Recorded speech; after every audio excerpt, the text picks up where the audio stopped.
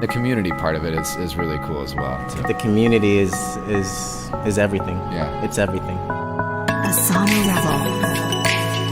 Hey, Rebel Squad, Danni Pomplun here, Rebel Ambassador, coming at you with Rebel Radio. And today I have one of our other ambassadors, Yahaya Musa, on today's episode.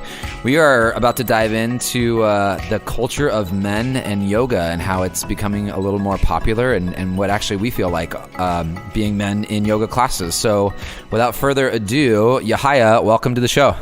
Thank you for having me. Well, thank you for having me have you. So, Yahaya, let's dive in. We've had you on the platform now, and we've done some really cool shoots with you, and I know that you've got a really cool program that's going to be coming up as well. How long have you been practicing yoga? And let's talk about you getting, what was your experience getting into yoga as a guy? Did you have the same perception that I did and think it was for girls? And So I've been practicing yoga for 5 years now. And coming in, I really had no preconceived notions about it or anything like that, thank God. But I can definitely see how guys think it's just for girls or something, or it's not challenging. I started yoga at the tail end of my professional soccer career. Okay. And wait, you played professional soccer? I did. So I'm throwing that in there now. Okay. But yeah, all right. Are we talking Olympics, or are we talking Talking second level in the U.S. So today's episode is now about professional soccer with Yahaya. Okay, so yeah, you were an athlete, and then that drove you to coming into yoga. And physically, it was as challenging as anything I'd ever done before, if not more, because you're slowing it down, you're really paying attention to movements, and so yeah, I hope I answered that. Yeah, no, question. that's good. That's a great A. Good. Yeah, you get a plus on that one.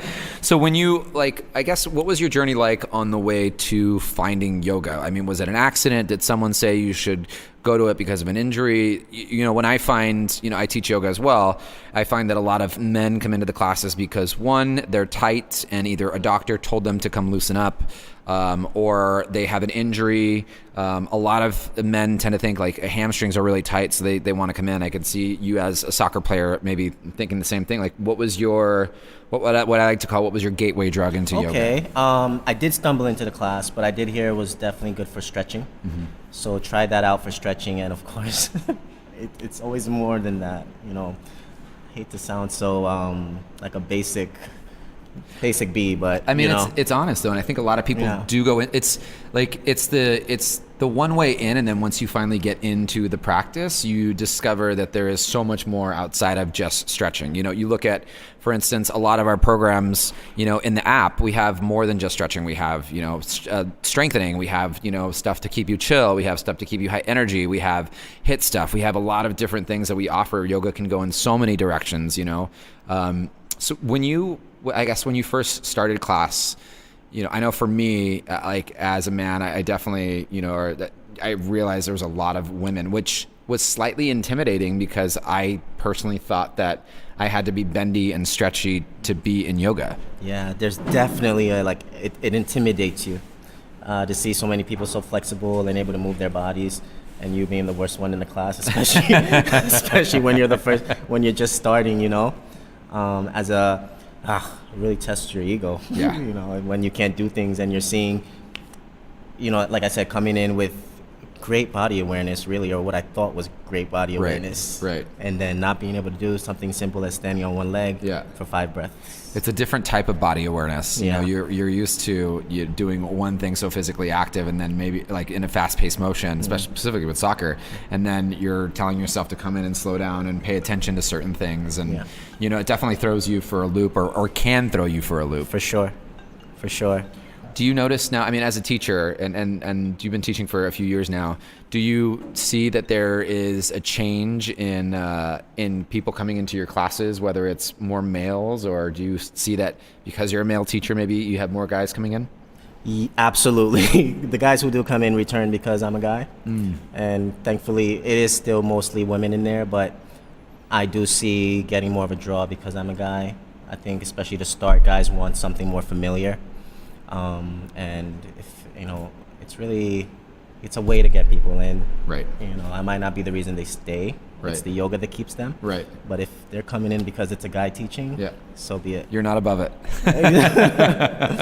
Same. I always tell people, yeah, it's going to be like a great core workout or something like that. Yeah. I'm not above getting them super tired and then really start to teach them the other things that go with it. You know, whether that's the meditation or the pranayama or any of the other lessons that really start to dial in and dial home. Mm-hmm. What do you say to the guys that are out there, you know, to the guys that are maybe even some of the guys that are in our app and they're, you know, doing a lot of the HIIT and the high intensity stuff? What do you say to those guys about trying out a new style? Or what do you say?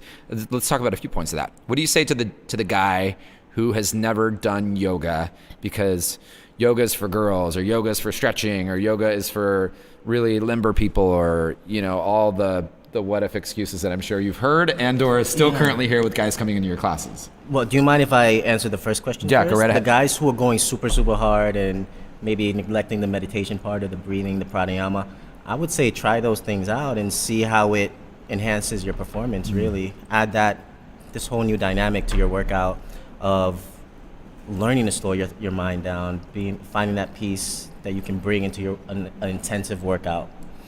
And seeing how that propels you, you know, forward with what you're trying to achieve. Sure. And the guys who think it's, you know, maybe not so hard or it's more on the feminine side of a workout, I would say give it a try. Right. You know, just take a class. You never know till you try. Definitely give it a try, and you'll see that it's quite challenging. You guys should see, if you haven't already, some of the videos that this guy's featured in. I mean, it's just him going all out. And you guys worked really hard on that shoot. That was probably, I don't remember working that hard. It was 6 hours of just straight yoga. Straight yoga. And, you know, it was intense. Yeah, but it's super stretchy and relaxing and you don't really have to do much in yoga, right? Yeah. It's a breeze. Yeah. Knowing now, I guess, you know, what you know, especially, you know, again, teaching and developing different programs and, you know, stuff that we do in the app and outside of it. What do you tailor your classes any certain way or specifically for men that come in, or do you offer, you know, knowing a male body, you know that it's different. Obviously, if you can probably, you know, maybe agree with me a little bit. There are certain things, you know, from hips down, we tend to be a lot tighter. Yes. From chest up, we tend to be a lot heavier and a lot bulkier. You know, do you tailor your classes specifically for guys, or do you start to add in a couple things to help them out, or to start to help them feel like they're a little more maybe accomplished or they can achieve something in class? Options are the number one thing I go to if I teach a class. Yeah. So if I see a guy in there struggling with hips and stuff, you know, I'll definitely offer something that now it's a choice. Yeah. You know, it's not you have to have both knees to the ground in an easy seated position or anything like that. Yeah. Letting them know that it can be altered to fit wherever they are. Sure. You know, it's really not about that.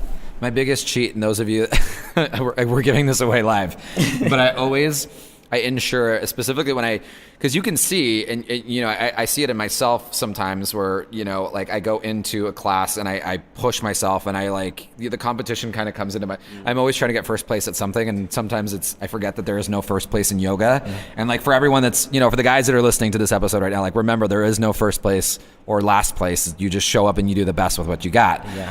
But there are some times where I have to catch myself and tell myself to slow down. And what I end up doing is, when I teach, to set that reminder not only for myself, but also to my students and to the students that I see that are like, you know, male and female that are trying to get to that first place zone. Like I always demo the like regressed version of a pose first, and I stick with that for quite a while. And then eventually I'll toss in the options, but I won't toss the option until maybe the second or third round, or even maybe, you know, as far as the fourth round, just so that you really start to dial them back and really get them to feel what they're feeling in their body. I think that's the most important thing. It's like guys are used to powering through everything, muscling through everything. Yeah. It's almost like you miss how you're able to do it. You know, with yoga, it's slowed down. You're paying attention to the biomechanics of the whole thing. Seeing how your breath actually plays a huge part in why you're able to move. And when you can truly appreciate all these things, now you have it like in your palm and you can direct it however you need it. You know? how, if, like, for you specifically in your journey as an athlete to then a yogi, what is some of the biggest things that have been affected in your life, if any, and I know, like, speaking from my own journey, like the amount of anger and even like the way that I would just get set off by the randomest things has completely just diminished when I'm remembering to be in my body, to be in my breath. Or even I have some friends and family that are like, I think you got to go do that yoga thing right now, because you're definitely not the same. But how has it impacted your life? How has yoga brought you to where you're at today? As the biggest difference is that it's made is similar to what you just said, is not just like it's really the calm that it brings me as an athlete, always being competitive and always being wired and not really knowing how to settle myself down, feeling nervous all the time, that I'm not going to perform to my best. All these things, I had no idea how to deal with them. Right. It was just really sweeping under the rug. Yeah. And that doesn't really do much, right? It's ingrained in your DNA to be the best, especially becoming you're a professional athlete. Yeah. So I think what yoga brought was a way to keep myself steady, not just mentally but physically. Learning how to rest. I didn't even know what rest was till yoga. Really, it's like I don't need to rest. I'm good to go. That's the thing you do when you're dead, right? Rest.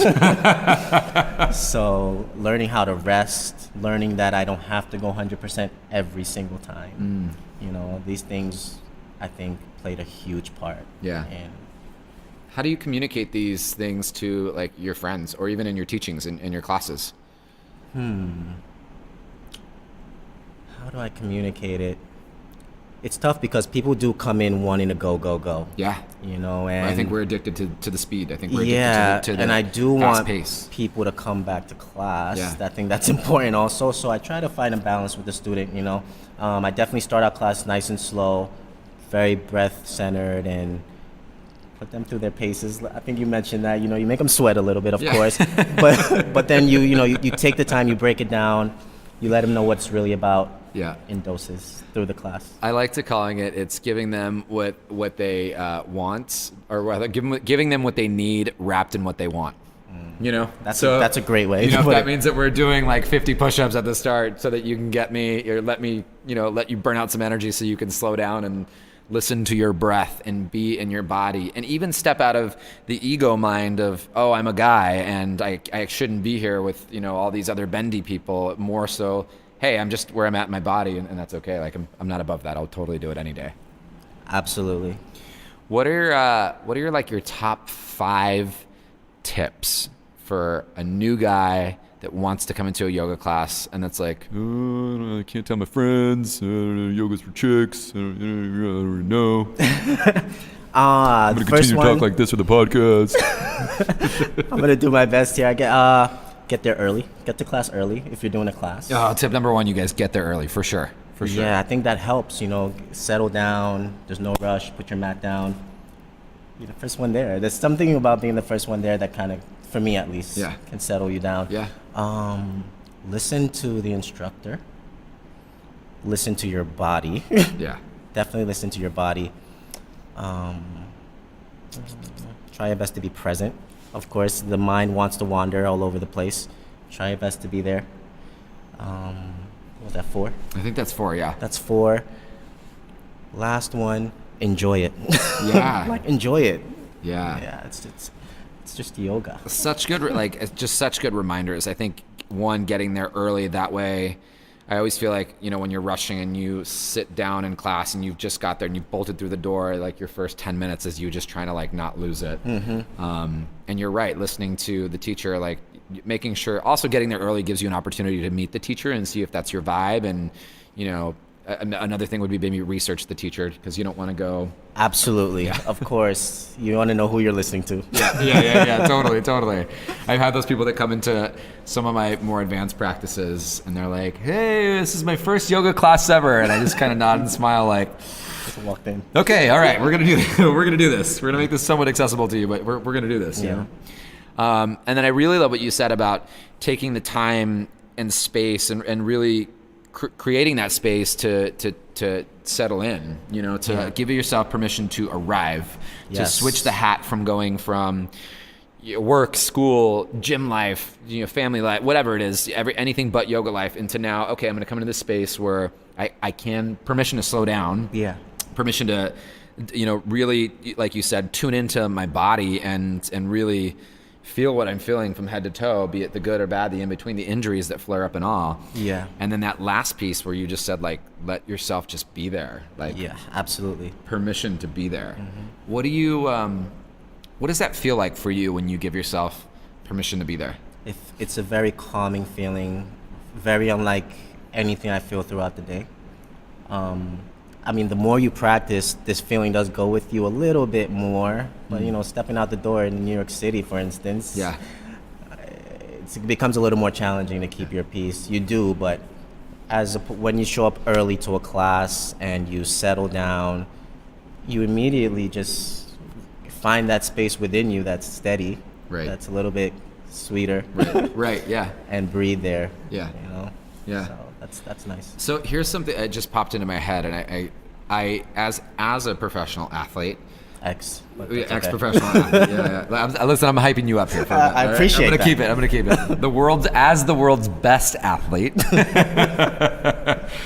How do you, like, what does your strength practice look like in yoga? Because I think a lot of guys are afraid that it's just stretchy and it's actually not strength. Common misconception, guys. In order for a muscle to get bigger, it has to get longer. And in order for a muscle to get longer, it has to get bigger. It's just the way your body works. So let's demystify that point one. But two, like, what does that strength practice look and feel like for you? My strength practice is super, super slow. Like, if I find a point of weakness within my body, I give my time to build up. I stay with the prep, breathe deeply there, and I take it up. And trying to keep the quality of the breath as I keep working the strength, for sure. And you teach more of a hatha-based class, so you do a lot of longer holds. Longer holds, definitely trying to find comfort within the effort. You know, that's really what it's about. The comfort and the discomfort. The comfort and the discomfort. It's the paradoxical time of yoga. This is fine. Well, my strength practice is holding the poses. I hold the poses a decent amount, paying attention to how the muscles fire up while I'm in there, paying attention to where my mind goes while I'm in there, and really finding that balance between steadiness and comfort, in a sense. Yeah, that's a good point. I think, you know, we talked about that speed and that addicted to kind of move. Most people want to go into a quick pace flow, which is fine. It's great. It's just as good as the other thing. But sometimes when you go slower, the more muscle you actually build. You build more muscle, back when I was playing and training, like more gym stuff and all that, it's like you remember walking in and you remember walking out, kind of. Because you just go, and there's really no appreciation almost. What is, even now to this day, what is it like when you have guys come into your class? Like, you as a teacher, are you like, or like, what's it like? It's changing. I see. It's changing, and I love when guys come in. I give them an extra, like, high five, a hug if they'll have it, you know. But really letting them know, like, this is a good place to be. You know, you finally made it. There's a lot of growth here. There's more to focus on than the girls, you know, and that's a really good point.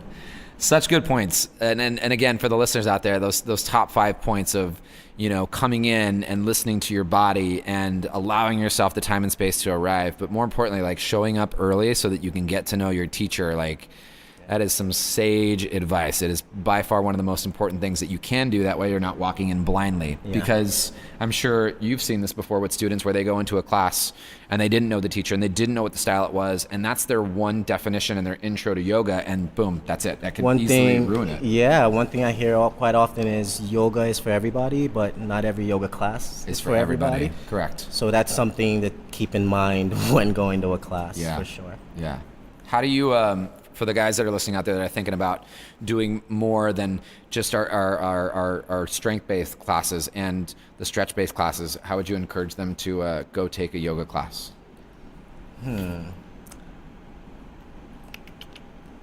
I feel like there's always a missing piece in anything you're doing. And I think yoga, for most people, that's what it is. Yoga could be that missing piece. Yeah. Yeah. So. And the community part of it is really cool as well too. The community is everything. Yeah. It's everything. Yeah. Well, I'm glad you're part of our Asana Rebel family and part of our community, man. It's been such a pleasure and such a joy to talk to you today. Same here. I'm truly grateful. Until the next Rebel Radio episode, we say peace out. Peace out. Asana Rebel.